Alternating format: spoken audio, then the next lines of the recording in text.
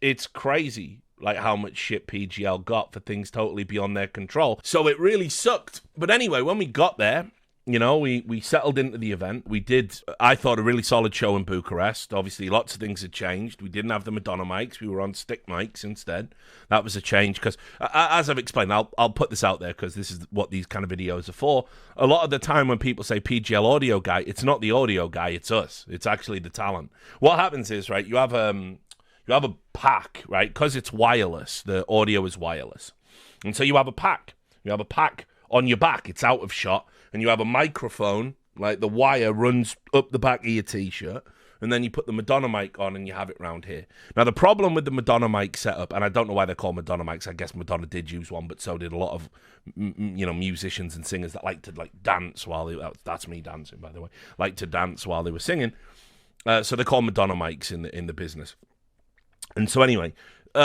areas where the Madonna mic can go wrong are if you have a beard, and let's be real, we're all neck beards, so we have beards, right? If you have a beard and the Madonna mic, right, once it gets beyond a certain length, like this, it will naturally scrape against the end of the microphone, right? It'll just naturally scrape. You turn your head, you'll get a, kind of like that kind of sound. And you see, Madonna never had to deal with that because Madonna never had a beard. I'm guessing she probably does now. That's something that happens when you get old. So that's one problem people complain about, where it's the PGL sound guy, but it's not. It's the esports neckbeard guy is the complaint. Then the other thing that happens is that pack that's on your back.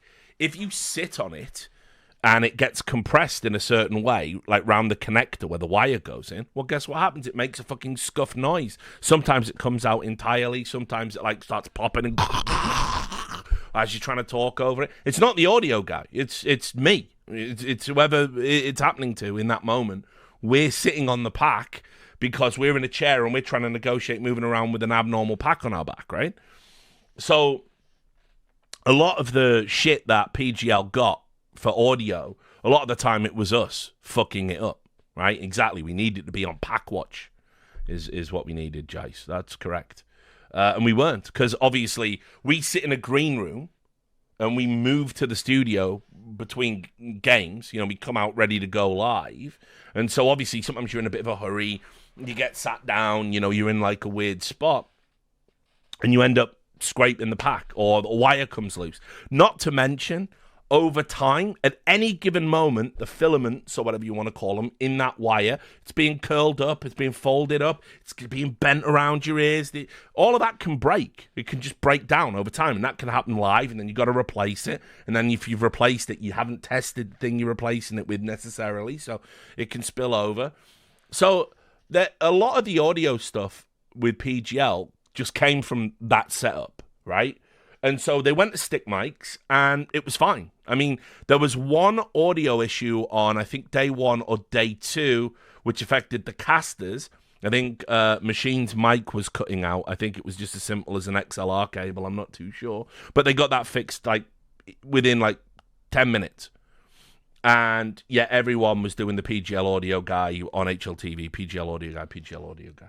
So it's just fucking boring to see people's priorities are live event, the sound is bad temporarily in a 14-hour broadcast, it's bad for 5 minutes, fuck PGL, they should never have an event again. And that's where their head's at. People actively trying to monopolize the scene and preventing players from competing at tournaments they wanted to, because it's a matter of public record. Team Liquid didn't make the decision, pretty sure they wanted to go, IMA certainly wanted to go. That's not a big deal apparently, but the PGL audio guy is.